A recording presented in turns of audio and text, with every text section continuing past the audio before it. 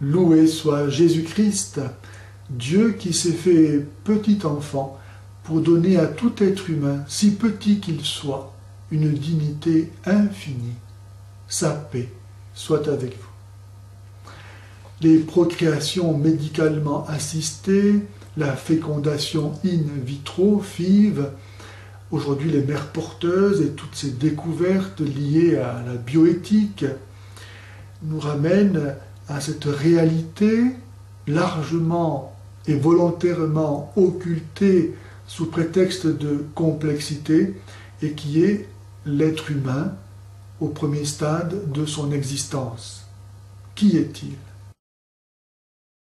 Mais que peut bien être un embryon humain, sinon un être humain? On dit que les choses sont complexes, alors qu'en fait c'est très simple.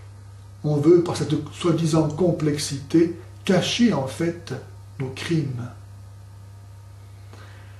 Une fécondation in vitro coûte cher, environ 4 000 €.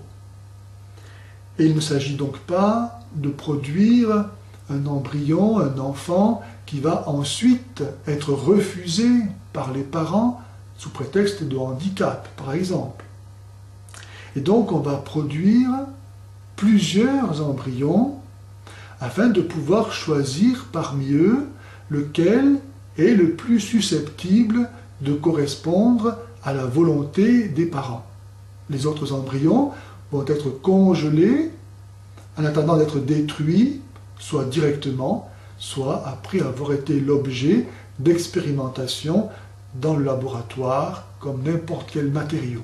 Étant donné le taux d'échec de ces expériences, et parce qu'aller ponctionner dans la mère ces ovules n'est pas une opération sans danger, d'autant plus qu'elle est précédée par l'injection d'hormones qui ne sont pas sans poser de problème, on va, pour éviter de répéter l'opération, au stade où les cellules sont encore indifférenciées, on va multiplier cet embryon que l'on va fabriquer en autant de jumeaux. Théoriquement, on peut faire 64 jumeaux à partir d'un embryon. Et dans la série, on va choisir celui qui correspond le mieux à ce que l'on désire. Et à partir de lui, on va pouvoir faire une nouvelle série de 64 jumeaux. Et dans cette série, là encore, prendre celui qui correspond le mieux à ce que l'on recherche.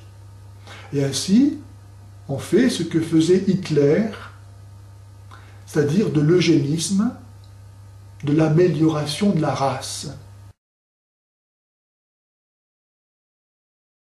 Mort aux handicapés.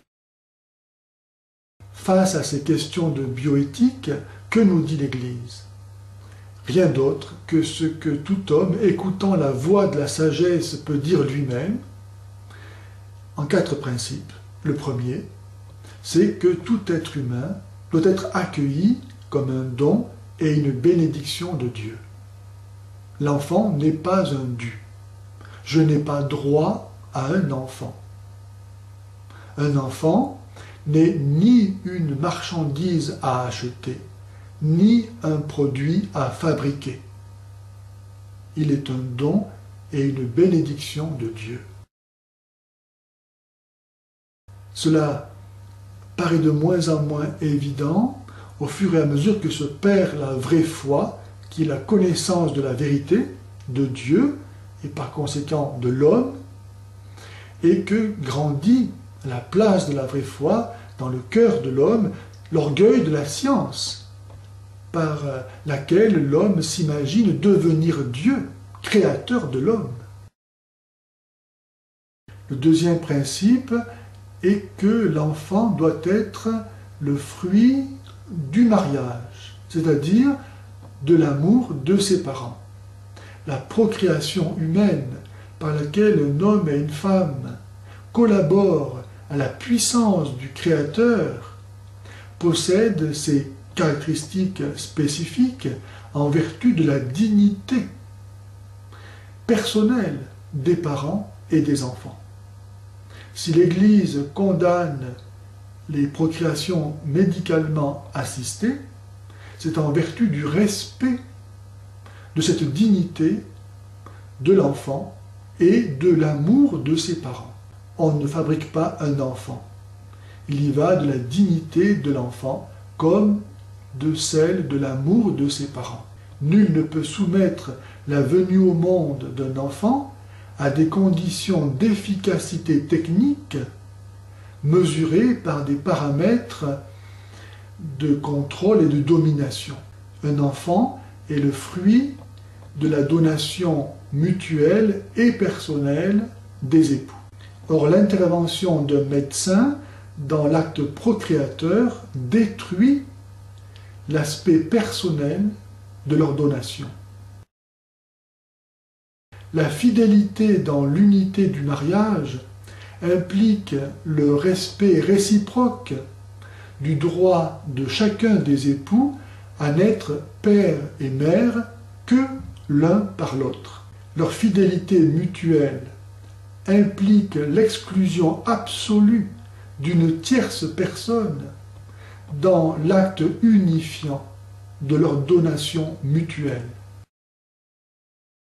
L'insémination artificielle est immorale précisément à cause de cette dissociation volontairement opérée entre les deux aspects de l'acte conjugal, à savoir l'union des époux et la procréation.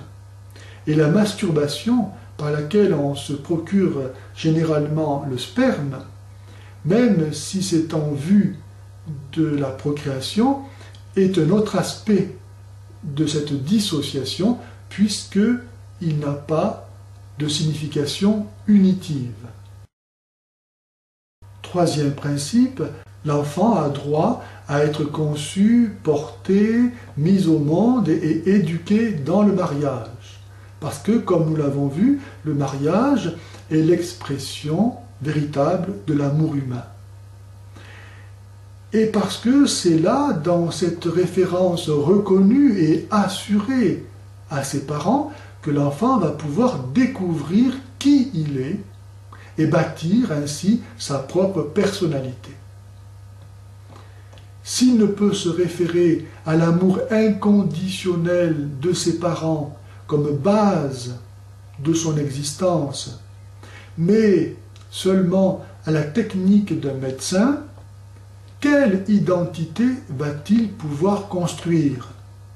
De qui est-il l'enfant? Quatrième principe, l'enfant a le droit d'être conçu dans le sein de sa mère et non pas en dehors par l'intervention d'un tiers. Si les parents voient dans leur enfant la confirmation, l'accomplissement de leur amour, alors leur enfant est l'image vivante de leur amour, le signe permanent de leur union conjugale, la synthèse vivante et indissoluble de leur dimension paternelle et maternelle. Et c'est pourquoi, au nom même de leur amour, les époux ne peuvent pas accepter l'insémination artificielle qui détruit l'aspect unifiant de leur donation personnelle et mutuelle. L'enfant doit être le fruit de l'acte conjugal et non un produit de laboratoire. Pour toutes ces raisons, les procréations médicalement assistées sont gravement immorales.